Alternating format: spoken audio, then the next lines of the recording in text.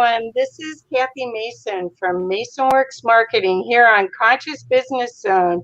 Today with my friend Neil Gaur. Hi, Neil. How you doing? Hey, Kathy. I'm doing great. Really great to be here with you. You are like a Superman. I don't know how you can do everything you do, but I want to know how. I want your superpowers when I grow up.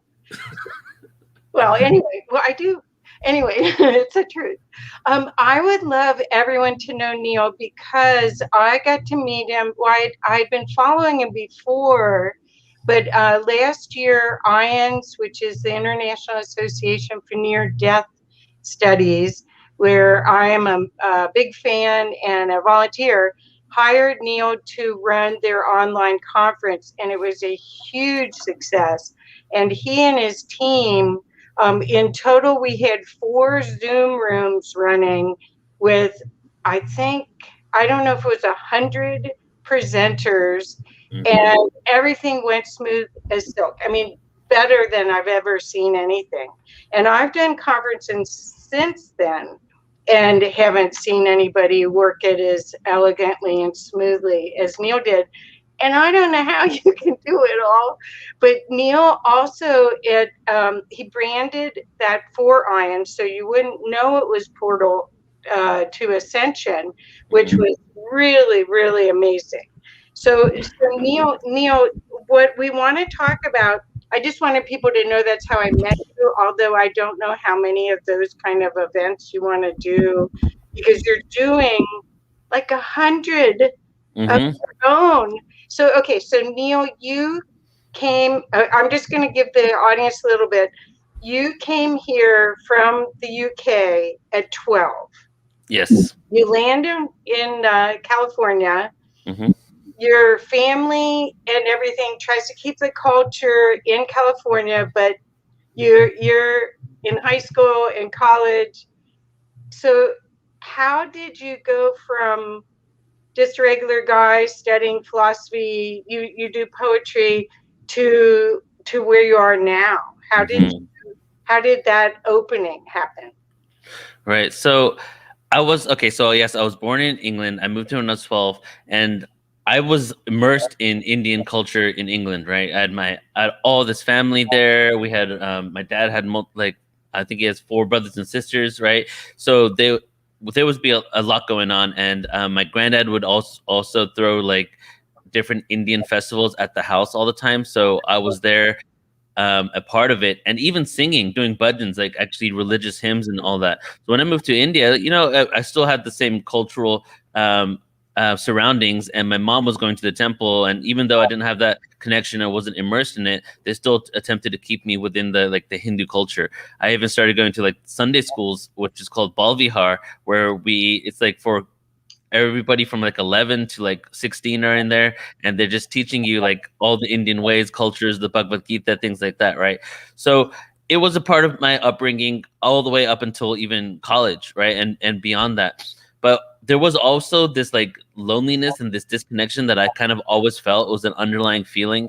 And from my understanding now, like a lot of my traumas from early childhood and even maybe experiences I had in my past lives brought me to that point where I just felt like disconnected and there was something missing. Like that's the only way I can really explain it, is that something was off in the world. And even though my belief systems changed a bit now to understand that everything is happening the way it's supposed to be, as a kid, I didn't have those tools, right? So I was just like, something is where something is off. Things aren't the way they can be. When I went into college, I began, the people from all over the world there, right? And even though I hung out with a diverse community in high school, I was now introduced to all types of music. And music is really where I started hearing a little, all these other thoughts that I had, not heard of before, even though I was into a lot of different types of music. But at that point, I started getting into more psychedelic rock and things that were talking about consciousness. And I didn't even have the words and the lingo to really explain what I was listening to at that point. And I started writing poetry, my own poetry at that moment. I had wrote my first poem when I was 16 years old in high school for my English class. And it was actually, we had to pick like 7 different World War II poets, and we had to extract lines from their poetry and make our own poem out of it. and it Wow. was, well, I did one and I called it The Dead and the Dying, right? And it was about like war and all that stuff. So the first couple years, they were just like, even if I look back at my poetry back at 17, 18, when I didn't know any of like ET's conscious, all that stuff, I could see like there's a word here, universe. There's like wormhole, like there's all these little things there. And then I started like just going deeper and deeper into it. And as I did that, I started researching some of the stuff that I was actually writing down. And I began finding videos of all these people speaking about the topics that I was talking about, especially when it came to ancient history and the whole thing of like wormholes and ancient civilizations. If they knew anything about quantum physics, that was something at age 18, 19, 20. I was writing a lot of things like that in my poetry. So that led me to finding quantum physics and learning about the subatomic world, which immediately took me to Nassim Haramein and other people, where I started realizing that the ancient civilizations actually had metaphorical, like, if you will, text speaking about the same things, but in terms of like metaphors. But obviously they knew something really advanced that we're only now rediscovering. So that was kind of right there. It was the milestone in my life, and that awareness around 2001, 2003 that shifted me and put me on this path that I'm on now. Wow. So you have the gift of having been trained in a culture that really has a lot of the ancient information in it, whereas a lot of the Western civilization is based on Judaism and Christianity, which Mhm. is really overwritten, and you have to go through an intermediary to go and have a mystical experience. And I think that's why I was so interested, and still am so interested, in the ions group, is that those people have had near death experiences, and so nothing needs, at that point you don't need an intermediary. You can connect to that mystical part of you, or part of the divine, right away. So Yes. so what when you, I'm like you, I like go crazy and watch all these shows, or I'll find somebody, and I'm feel directed that way, where I find somebody and then I go deep into it, and it's like candy. It's like, I know there's truth here, and it may not all resonate, but parts of it resonates. So like, did you find the Sumerian texts, or did you find more that it was part of the Vedas, or what was it that really clicked Mm. as the Yes. truth? Right. I was When I was looking into this information, one of the first things that came to my head of what I wanted to understand was the root of all religion, right? And because I did find the Sumerian text, that's what I stumbled on first, right? And I read some of the Sumerian tablets of creation, and then I watched all these interpretations, right? And within those texts, there were like hieroglyphs and images on stone tablets of giants with snakes coming out of their mouth and a humanoid coming on the other side. And the translations of this was that it's actually talking about genetic manipulation of humans, and that whenever we see a serpent in ancient text, we immediately we're actually talking about advanced ancient sciences, normally quantum physics. Right. And also, so that sparked in my head, wait a second, serpent, Hinduism has serpents all over the place. The Eastern world has dragons. Oh, wait, there's this divide. The Eastern world has all this serpent symbology that is a positive. Now we have the Western world that has all this serpent symbology that is negative. So I went even deeper into that and realized that either, it could be a demonization of the serpent because to move away from this awareness, or the serpent energy represents the Kundalini, which is the awakening energy, the enlightenment energy. And in the West, if it stemmed from having to control the Kundalini, because it could be a very abrupt experience if it occurred, so that they were suppressing it, so there was dragon slayers and all that. So I was learning all this information, and I would say the serpent wisdom really did actually make me start connecting the dots, and that is what made me realize that the ancient civilizations knew about advanced vibratory world, subatomic world. Buddha, for example, Siddhartha had something what he called kalapas, right? Kalapas are basically, he would say, you would do vipassana meditation, you get to this point where you would have feel the subtle energies. After you transcend all the gross sensations of your body and you start feeling the subtle energies, you'll start feeling kalapas. What does kalapas translate to? Subatomic particles, right? So, and then Hinduism, now to answer your question here, how I started seeing the connections within it all was when I started realizing everything's vibration and frequency. And then I looked at the Hindu texts and meditation, yoga, especially various forms of meditation and breath work. All were vibratory sciences. Even the Ayurveda, which is how to eat a balanced and healthy life, and all the natural medication you could use was all a vibratory science. And this vibration was, again, an advanced understanding of ancient quantum physics. As that came about for me, I started going into more and more ancient civilizations and trying to figure out what the root of it all was. Where did it all stem from in the first place? Because I was reading these texts and I realized that there were way more similarities in these texts with each other than there were differences. And if you spend a little bit of time researching, you can kind of track things back. But why are we so arrogant, if you will, to have the truth hidden in plain sight and have the facts in front of us, but still consciously and willingly ignore it and just say our way is the only way to God, right? When it comes to many different religions in the world. So that's kind of like, how it all began right there. That's kind of programming. I mean, when you think about it, honestly, we all are hybrids. We all came from a different, and you can almost, if you're sensitive like I am, when you meet people, you can almost say, "Oh, that one's that." I may not know where they're from, but I can tell. Yeah, you can tell. But what I wondered is this concept of knowing that the information is there. How do you feel about it not being disclosed? Like, we were supposed to just have a big UFO disclosure at the end of last month, and it was like nothing. And but then Alan Steinfeld and other people have done this. Actually, who was it? It was Grant Cameron did it on your show. He had a group of all these people that had experiences, and they were speaking up.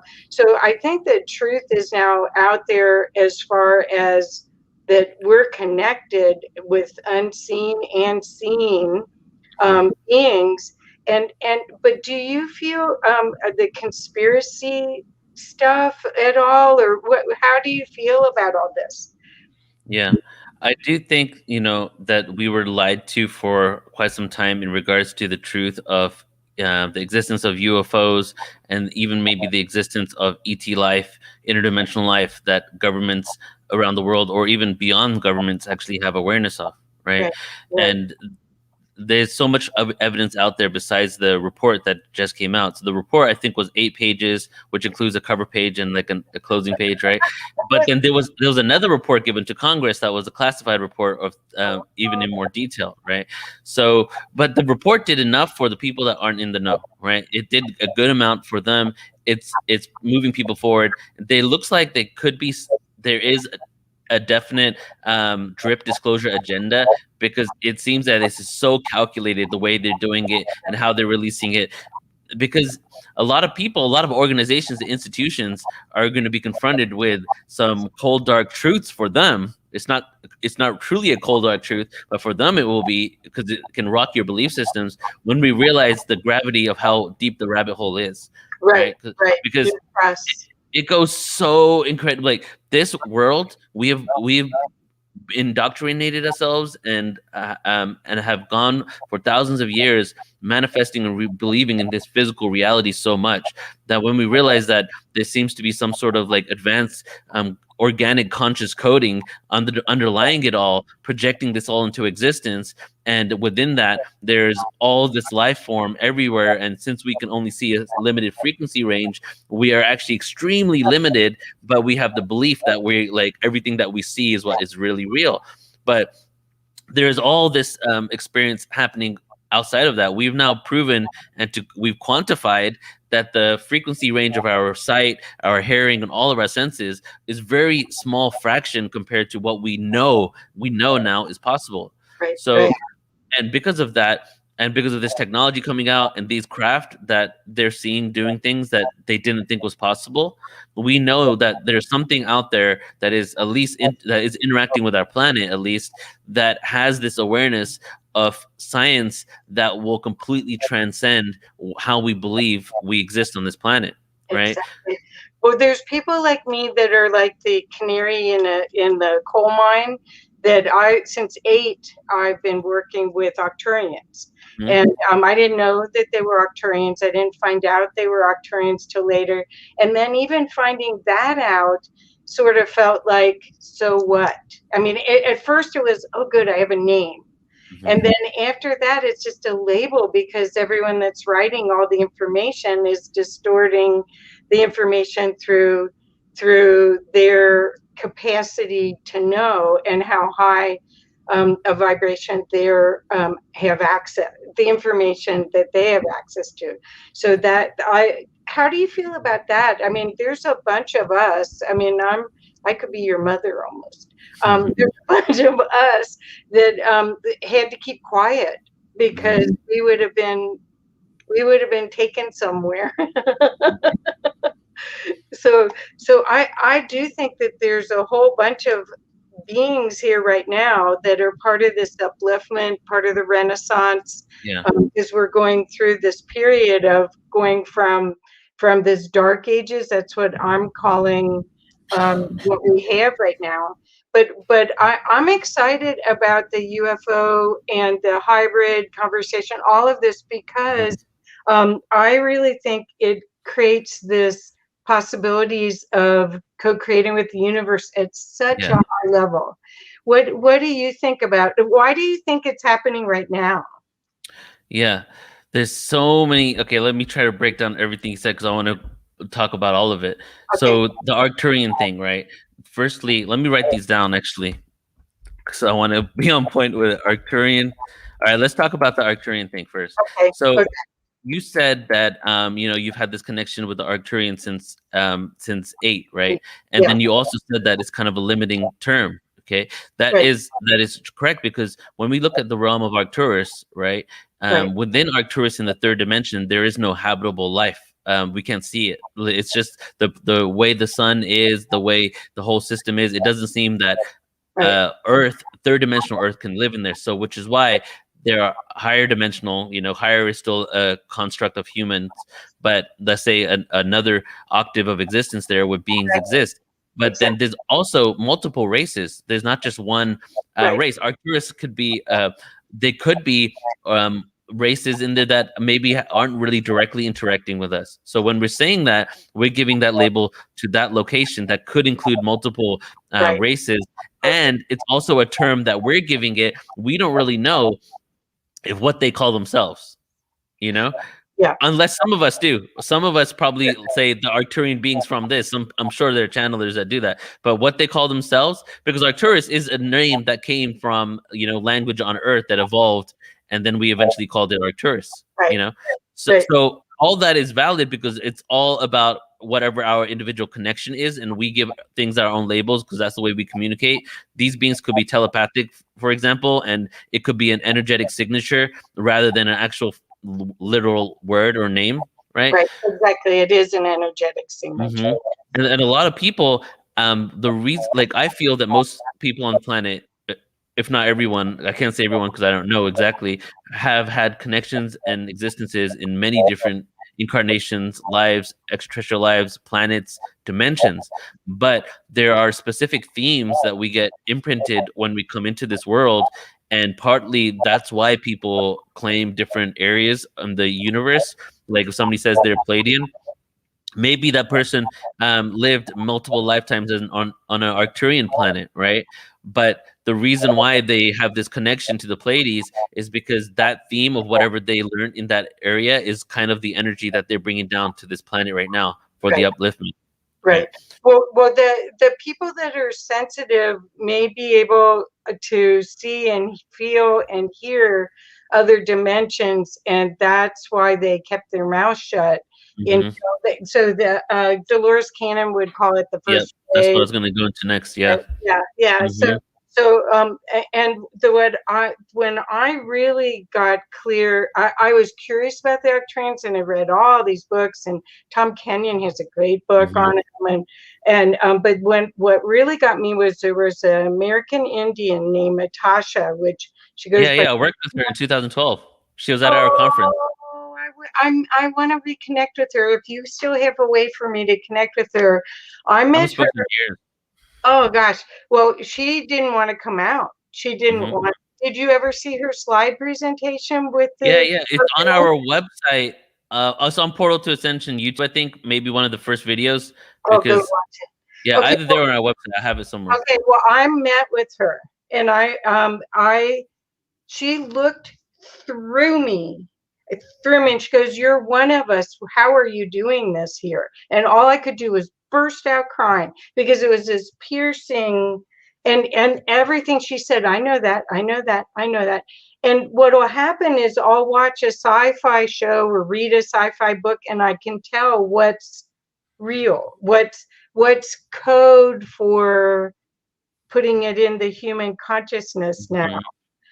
So anyway, so I didn't know you knew her. She's so cool. And she said one of the beautiful things she did in her presentation is she talked about how when the aliens come to talk to us here, they'll be singing. Did you ever hear her music that she had? It was they're not going to talk to you, although the way I get stuff is I get the information, but or I get a lot of visual too. But she had a clip that she had of Palladians, Arcturians, and some other beings singing together, and it sounded like the fifth dimension kind of beautiful harmony. But she said that's how we speak to each other. It's like, whoa. That I don't think I'll ever that I probably heard that way before 2012. And I have never forgotten it. yeah, that's beautiful. Yeah. That reminds me of Bashar. When Daryl Anka was channeling Bashar, he was saying that in the fifth dimension world that he exists in, that music is spontaneous, that you kind of like just moving around to having your day, and then people just break out into jam sessions. That kind of makes sense in a world where time isn't, we don't feel time the same way we do now, and we don't have these expectations of ourselves, and we have a moment to be more free and more spontaneous as well. Well, it's all frequency. The other thing that I just thought that the information, a lot of the people like Tom Kenyon, a lot of his stuff comes through as sound as well. Oh yeah, I love him. Yeah. So anyway, okay. So what next? Did you want to comment? Thank you for that for the Arcturians, because I agree totally. They're in that gamma range. They're not in 3D. But you can go up every night. You can ask to go up, and since the ones I work with hold the Ascension chamber for the quadrant, and you can ask to go up and be worked on every night. Nice. Yeah. I would like to go take that into what you commented on, which is Dolores Cannon, because your other question was like, why do I feel that, it's happening now? Yes, that's what you said. Yeah. So let's go back to Dolores Cannon and this connects all the dots actually. Okay. UFOs, UFO disclosure, the Navy being involved in. First of all, the Navy is involved deeply into the UFO disclosure thing because the Navy actually has jurisdiction in space, because the space is known to the military as the second ocean, right? So, which is why you see a lot of these UFO things happening off Navy craft, USS Nimitz, right? It's all Navy stuff, even though the Air Force has their own space program as well. Yeah. So the way the dots connect here is that the reason why they're afraid and they keep saying the words threat is because we're seeing a lot of these sightings at nuclear facilities. And obviously the nuclear facilities for these countries are about protecting their well-being and their interests. So if they have anything that is foreign that is over there, it's automatically, it's almost like an AI at this point. Something there, doesn't matter if it's good or bad, it's definitely checked off as a threat, right? So firstly, we're not sure if it's 100% an agenda-oriented thing in order to make it look like ETs are bad, That, I think this jury is still out there. But we do know that these are military industrial complex, and that their whole default is that anything foreign in these areas are a threat. So now this goes back to Dolores Cannon. And she said after World War II that there was, through her hypnotherapy sessions, and she wasn't digging for this stuff, this was just coming up repeatedly, that when she was hypnotizing people, that she was getting this voice from all these people that after World War II, that there was some sort of call, like vibratory call out to the universe that said, like, actually, after we detonated the first atomic bomb, is what happened.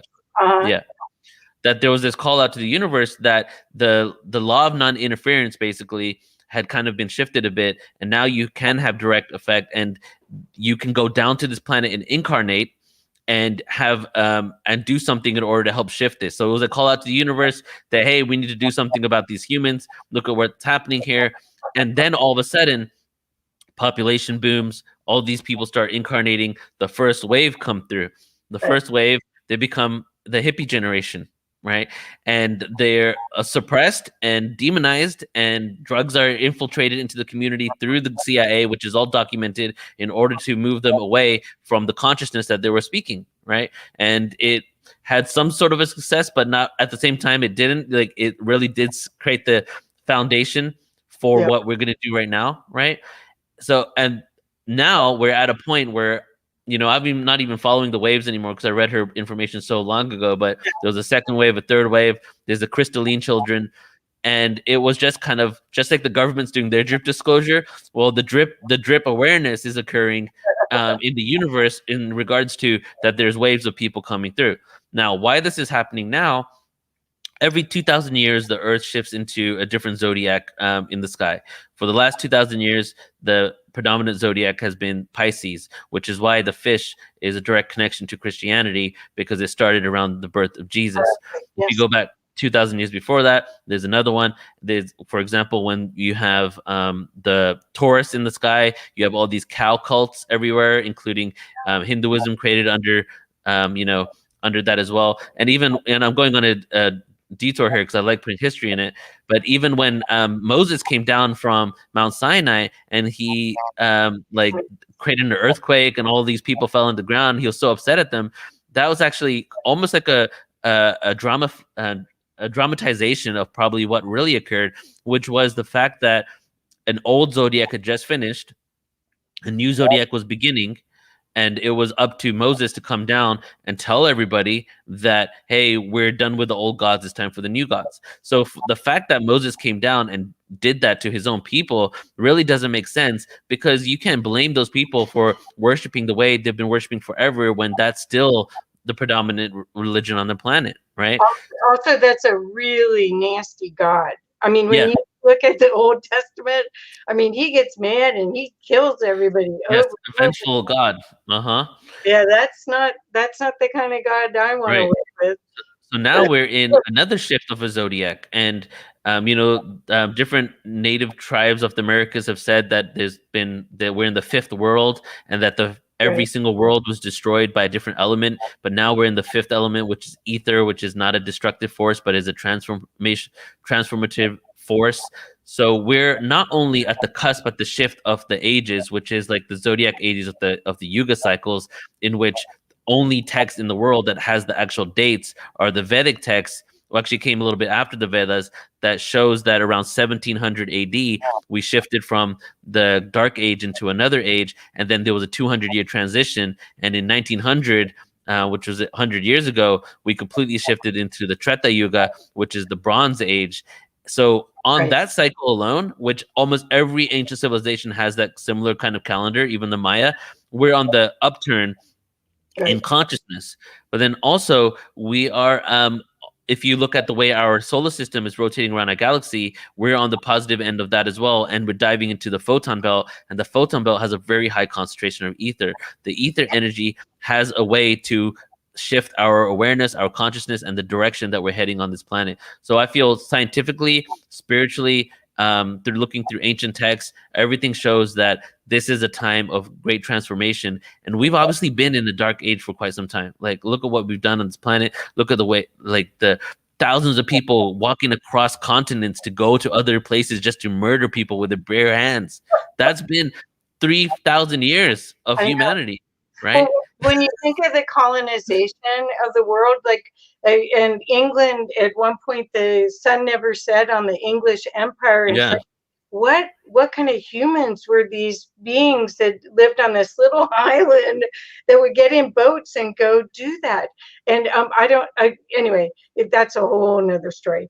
But I'd rather stay on what's in it for everyone that's listening, and how that all of this information can benefit everyone. Because what I want everyone to know, and what Neil I think would say also, is that we really have superpowers as humans. We have this, once we accept this knowledge and connect up to who we really are, allow more of our soul to embody this vessel, we can do magnificent things together. But we have to clear out all of these high contrasts, and that's what I see.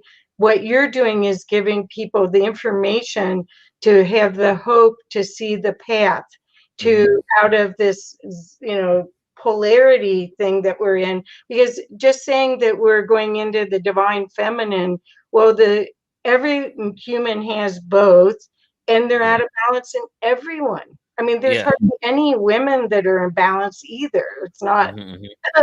So when you say that a lot of what you're doing is helping people find a path, just realizing their own awareness and release the fear of being who they are. Yeah, exactly. And with the divine feminine thing, I want to comment on that. But firstly, I want to answer this question that somebody asked on YouTube, saying that why did they not intervene in Japan? Well, I would like to just clarify what I said, because when I was talking about the first atomic bomb being tested, that's when we start having the first sightings, right? And these incarnations of the call out. 1945, San Antonio, New Mexico. Just a few months before that, the first atomic bomb was tested. They didn't intervene in any of them. So I did not say in any of what I was saying here that they intervened. I'm saying that there was a call out to the universe for us to come here and shift everything, because the law of non-interference, what would happen if all of a sudden that we're about to drop that bomb and the UFO came and just zapped it away? Well, that will throw us hundreds of years into the future of this realization of where the planet was definitely not even ready at that point. Plus, there is the law of free will within this dimension. It's free will, and free will means that if you are a higher dimensional extraterrestrial or a being coming into this reality to manipulate where we're going, you can't really do that. But it seems that there is one thing that is in the universe, which is make sure they don't destroy themselves. Right. So it's like when we get to the point of completely wiping out our planet, I don't think that's ever going to happen, because there's a lot of fear mongering out there about, in a few years, this is going to happen. Climate change is going to kill everybody on Earth, and nuclear warfare is going to destroy everyone.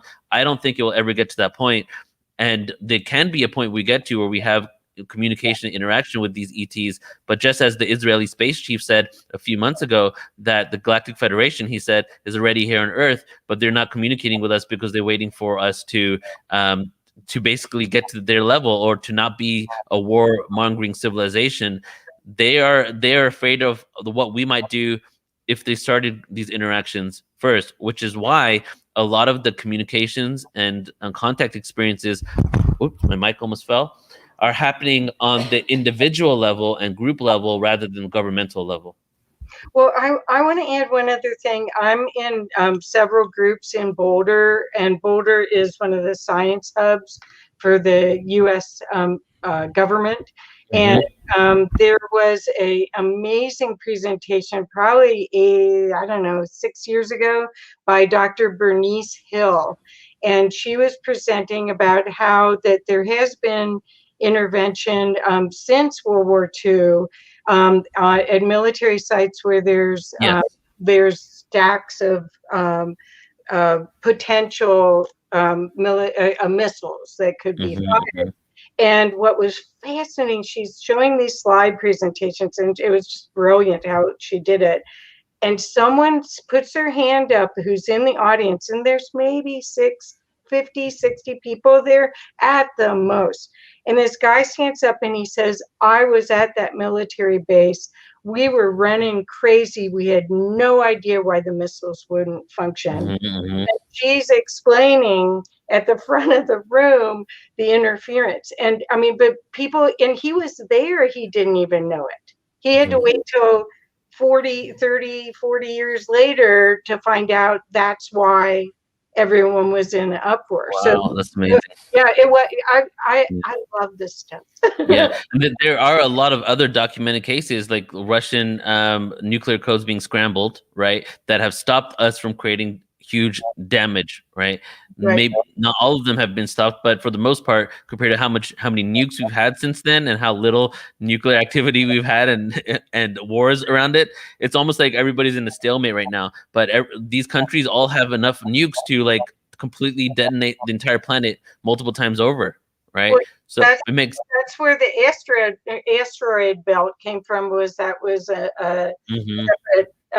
that's why they don't want us to do it again.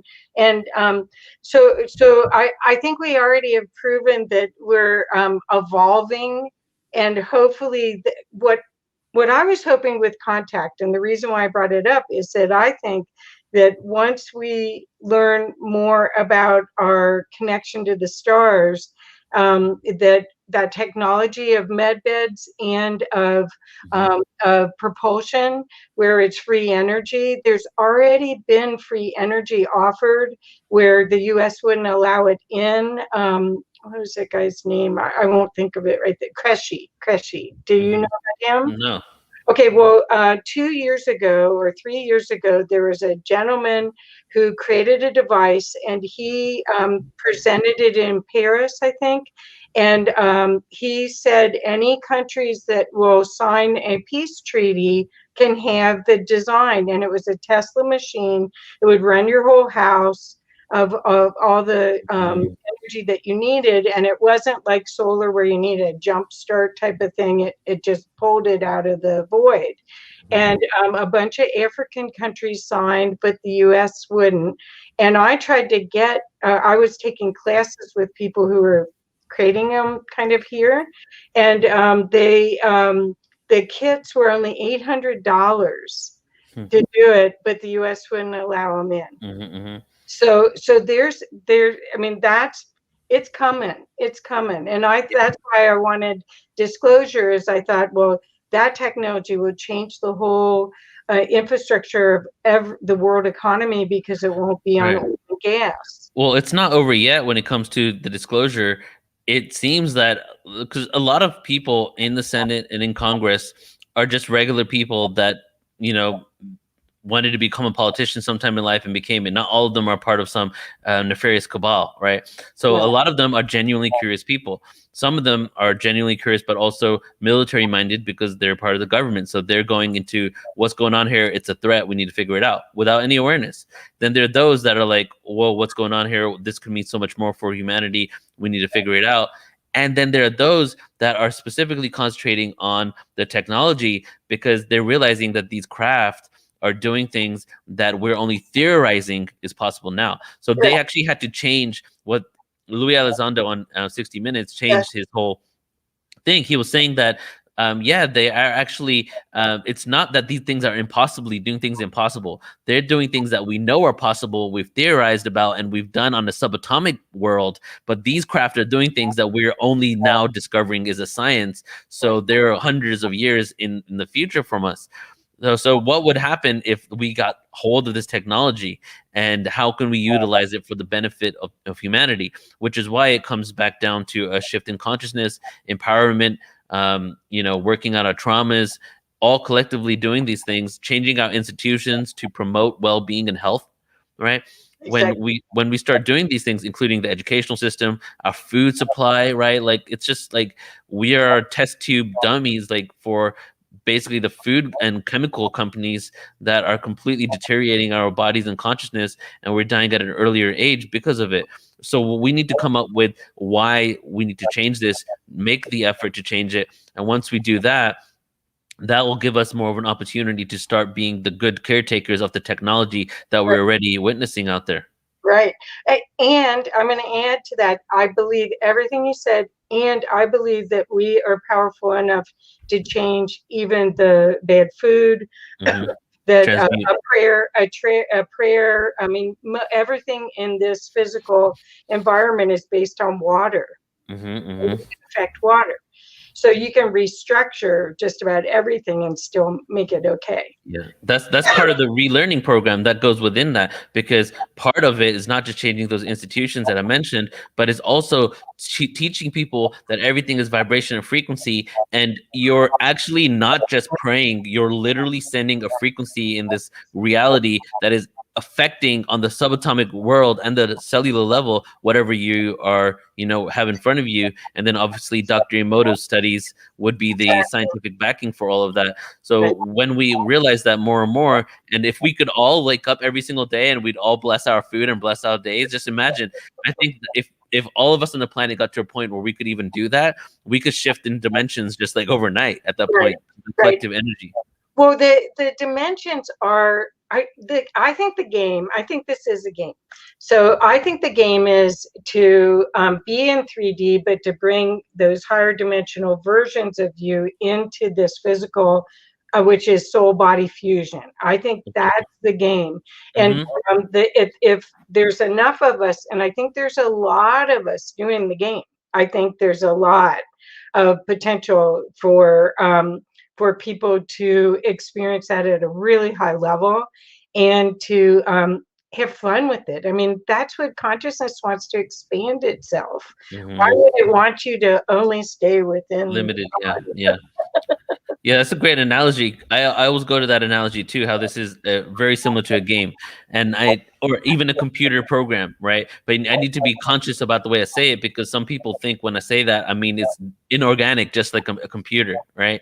But it's like a very beautiful, conscious, organic program, and each dimension that we're like is almost like a level. Like you complete this level, you go to the next one, you go to the next level, and then maybe if you like, you can come back and start all over again, and within these levels, I think that you're right, that we have the ability to tap into multiple dimensions while still existing within these third dimensional bodies.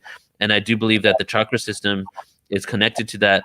And since we have 7 chakras in the body, I think we're able to embody 7 dimensions of physicality and awareness. So what I mean by that is, we're living in a beautiful, harmonious earth with all the institutions fixed and corrected in a way that better us and navigate the human template and our psychology based on the evidence and facts that we have of the way the humans operate. Once we start doing that, and then we have the ability to tap into these other dimensions, each other dimension has a whole slew of information, data in there, extraterrestrial beings, well, the nature of karma, cycles of incarnation. And every time we tap into this dimension, we just have this download of all this new information. So what would happen if we lived in this body, but we had 7 dimensions of awareness? And then some even say even beyond that, because, we have the 8th chakra, which is the astral one, going all the way to the 12th. I know Barbara Messiniak believes that we can be 12th dimensional beings while we're existing in this 3rd dimension here. And I feel that there is science to back all of this, just the whole chakra system and the levels of experiences people are getting when they're awakening their chakras, right? What I find is that there is access to the 12th dimension. I have access to it, but I don't have words for it. And that's the thing, is as soon as words are like spells, and as soon as you articulate it, then it condenses it and changes the frequency of it. Yeah, that's amazing to think of that like that. Yeah. And if you look back at the cycles of ages and the yuga cycles, some of the researchers have said that before language came about and we had written language, we were concentrating mostly on telepathy. And it's been pretty well documented that the oral version of the Vedas was more accurate than the written version of the Vedas. And it was orally for over 1,000 years. Right. So just imagine the level of consciousness. We can't even imagine that, because we're so fragmented right now, with so consumed with so many things. We don't even realize the type of mental state that beings in the past could have had when they were connected to the earth a lot more, Well, that's what the indigenous are holding for us. I Yeah. believe that when we got shut down and closed down in March of 2020, that was the opportunity for a lot of people to level up and a lot of people to change their, release their fear of death and to realize that they hadn't completed what they wanted to do in this time. And so I don't know about you. I'm sure your business has grown. My business has grown. People have finally said, I got to write that book. I've got to do that course. I can't not. I mean, they're being forced by themselves, their own momentum. Really, it's like a momentum. And it was almost like when it happened, it was like, okay, game on, game on. Same here. Yeah. Yeah. Yep. Okay. Well, I'd love to talk, and thank you everyone who's asking questions and commenting. Thank you so much. If you have questions for Neil, please put them in the comments, and we'll do our best to get to them. But Neil, what I wanted to do is, if you could talk a little bit about this event coming up for the hybrid. So, because I want to really, could you define a hybrid to me? Yes. Okay. First, I want to make a comment on what you said, because it was really like the whole thing about what we went through the last year or so, right? The there's two the two biggest fears that humanity has are, one, the fear of death, but there's one more than that, and it's the fear of public speaking. Right? The fear of public speaking is higher than the fear of death. So some may wonder, whoa, why? Well, it's kind of simple to realize why. And the reason is you're not thinking about dying every single second of the day, but you're thinking about publicly speaking all the time, right? So you're always confronted with having to speak to someone or groups even. So, or wanting to do it, but not being able to do it. It's just in your conscious all the time. So you're going to obviously be fearful about whatever's in the forefront of your head. COVID hit. Many people weren't fearful at all. Most of the world was. And what happened there is that we were all of a sudden we were confronted with the fear of our demise. Like, what could happen to us? Oh my God, right? And all of a sudden, you see all these people that never talked before start publicly speaking. You start seeing all these people that wanted to be practitioners, healers, speakers start stepping up and doing it because, one, the social interaction stopped quite substantially, and then two, if the biggest fear of them all is now in the forefront of everything, nothing else matters anymore. It's time to get out there and speak our truth. So I just wanted to make that comment because that's kind of what I observed as well. Yes, I'm glad.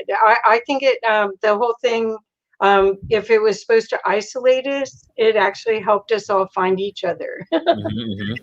So yeah, I know.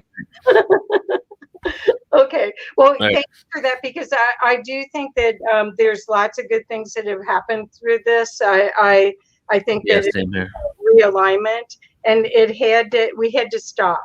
We were over busy, over preoccupied. Our whole society across the world is ADD, and all of a sudden you had to just stop and be with yourself. Yeah. Even if you were in family, you still had to be with yourself. It put things in perspective for a lot of people, including myself. That's right. Okay. Yeah. All right. So let's get to the event. Yeah. So what do you mean by hybrid? Okay. So we're doing this 2-day event. It's called the 2-day hybrid online conference. I first found out about hybrids around 2007, 2008. And there are Daryl Anka, who channels Bashar, right? He does a lot on talk about the hybrid programs, but there's also been government documents that have come out that speak about different hybridizations. So when we're talking about hybrids, and specifically in this context of this event, we're talking about DNA hybridization with humans and extraterrestrials. Okay. There are many people that claim to have direct evidence of this. There's some people that claim to actually be hybrids and have awareness of it. There are some even that have had studies done in the DNA, and they've come up with huge anomalies. And there are even government documents that talk about hybridization programs. And then just to throw in another thing, there are whistleblowers that talk about the different races that and their agendas for hybridization. There are, for example, the mantis beings that are utilizing our DNA for some sort of hybridization that is potentially a positive hybridization. There are the grays that we've seen so much about. Roswell made them famous, and then all the way up until now, the gray ETs, their whole agenda, even though there's multiple grays and they're interdimensional, so multiple dimensional versions of them have come and had an experience with us and interacted with us, that there's one agenda in regards to the fact that they actually evolved out of the ability to feel and have specific emotions. So they're working on creating a hybridization. Well, they've already done this, utilizing human DNA with themselves in order to create a being that they're able to incarnate into.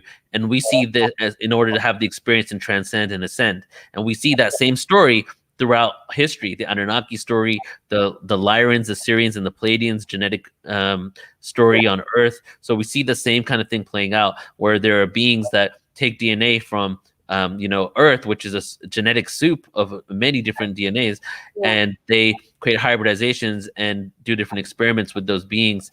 And sometimes the experiment is actually themselves incarnating into those bodies to live out lives in that dimension that they created the being in. Okay, so wait a second though. Yeah. So are you calling somebody who is angelic in the last lifetime that jumps into a human body from infancy, not a walk-in, but somebody who decides to embody as a human? Oh my God, a lot of work. A big comparison and contrast. Anyway, are you calling them hybrid, or are you calling them? Oh, okay. Yeah, I wouldn't see. That's also a loose term. You could technically, like, I'm talking about DNA, genetic hybridization between beings, right? Okay. If we look at a lot of the research and whistleblowers, spiritual texts, channeling, you'll see that a lot of these planets, they are in dimensions where they don't actually have conversations and or channelings about all the different races on their planet.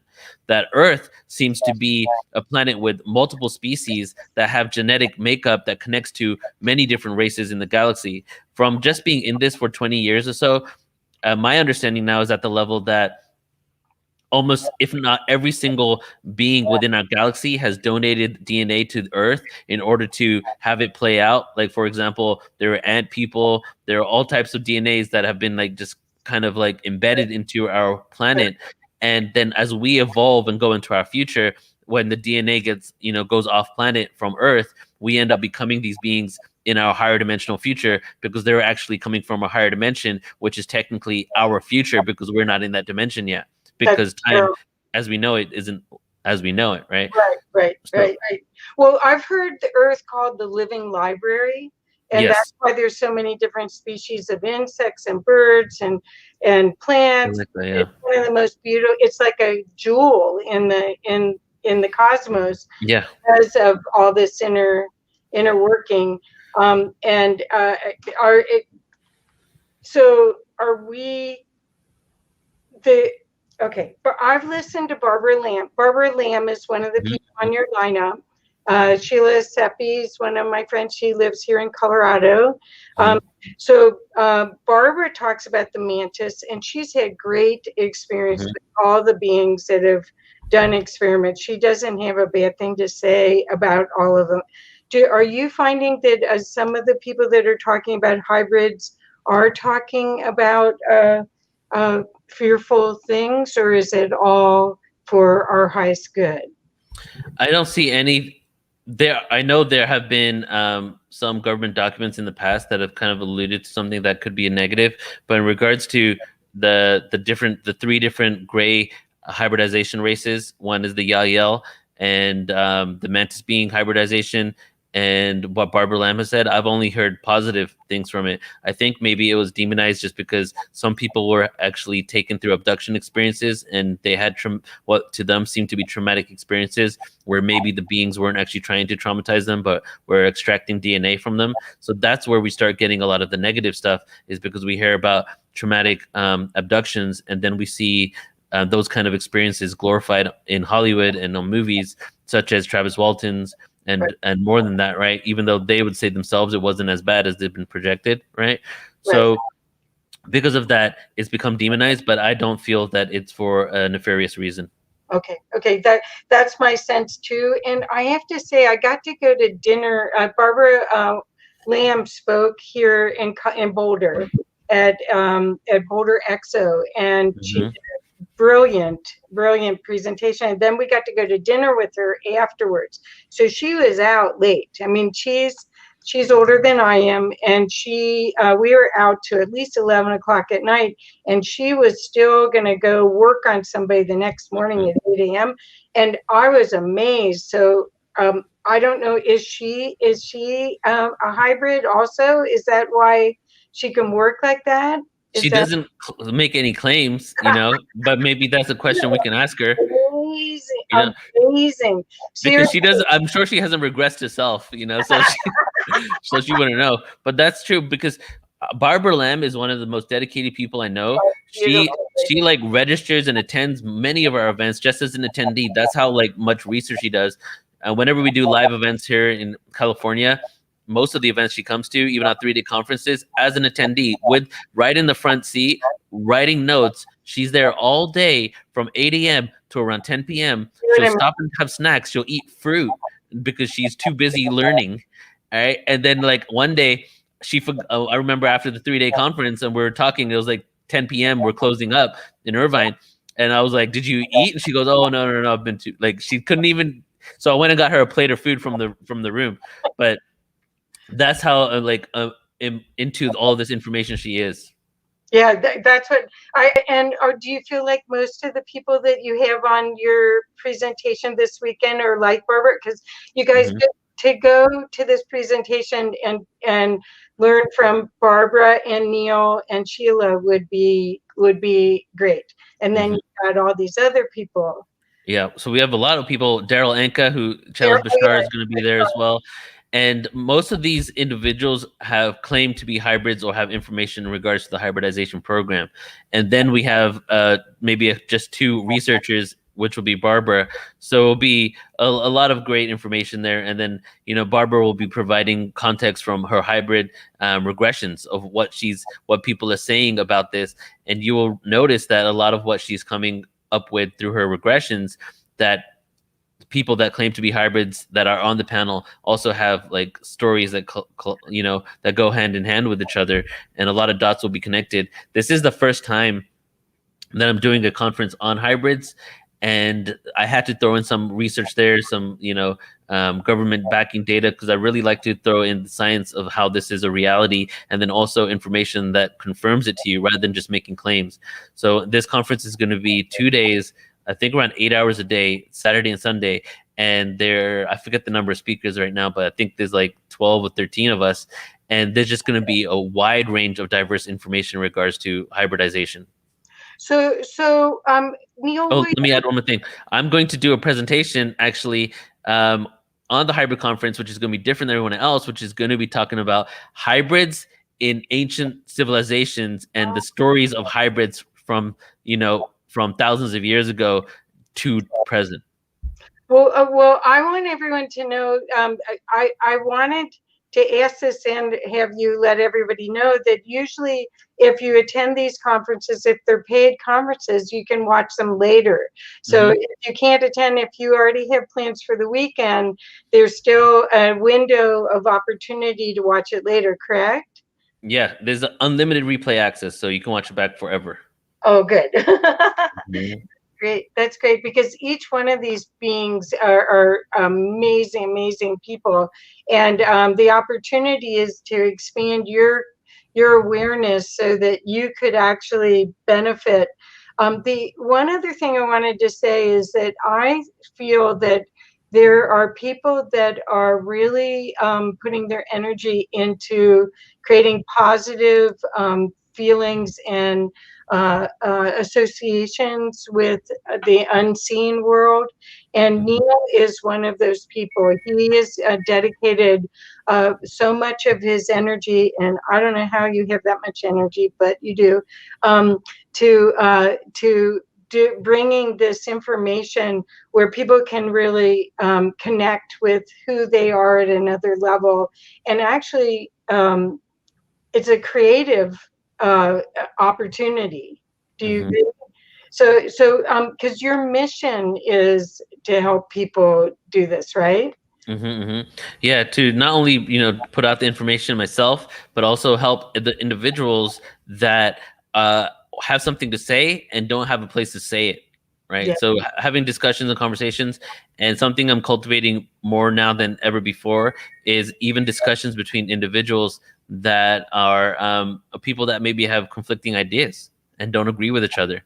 Having discussions, I've noticed too much that when someone doesn't agree with someone, and then there's a lot of people that don't agree with that individual, we're quick to come up with a conspiracy about who this person is. That they might be a part of the Illuminati or some organization or anything like that. But a lot of us are just people trying to figure it out, and sometimes we make mistakes along the way. And on the fact that we have amnesia on this planet, come on, like, we're all trying to figure it out, and none of us know everything entirely. And even if you think you do, because I know there are those out there who believe they know everything, even that might be a limited range of awareness in regards to what we're allowed to actually tap into, and so there's so much more. We wake up every morning with the opportunity to expand consciousness and to be the best that we can be. So even if somebody thought something yesterday, it doesn't matter today. So that's the thing, is there's an opportunity to be open, to grow, to see the magic of everything that's around you and play in it. Because the joy is the recipe. This fear molecule, this fear virus is not what we want to co-create from the universe. We want to co-create with wonder, like a child, and play and joy. And you're really giving us a chance to experience that more and more. And thank you so much, Neil. Thank you, Kathy. So anything else? Should we give them? I'm going to make sure that they know to go to portaltoascension.org, and you'll see that there's a events tab, and you'll see the hybrids-conference-2021. Is there other ways that they should get a hold of you, Neil?